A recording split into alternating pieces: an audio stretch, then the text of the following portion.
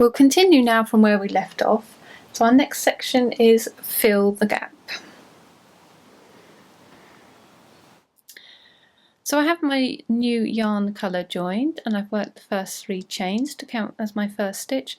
Now this row is going to be quite familiar because it will be the same as this V-stitch row we worked in Big Zipper. So we're making our first stitch into the same place, and then we're going to skip 2 and make a V-stitch in the 3rd stitch.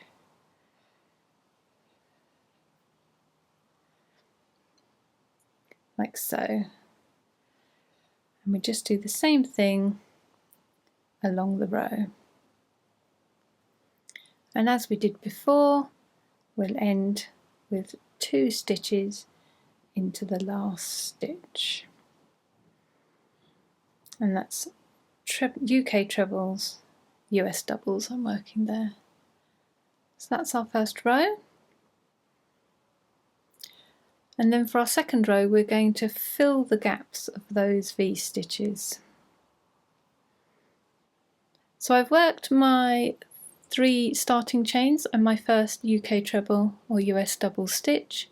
Now I'm going to skip 1, 2 stitches and I'm going to work into the chain space of the V stitch.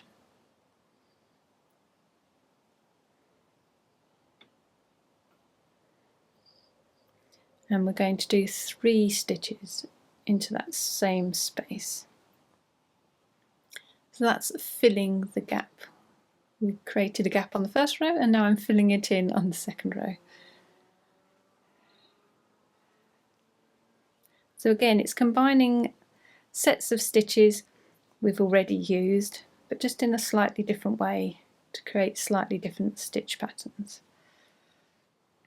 So I've worked along the row. Now I just need to do those last 2 UK trebles, US doubles into the last stitch.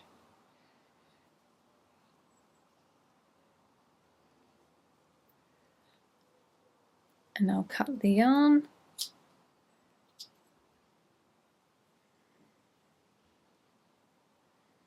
And there's our completed row.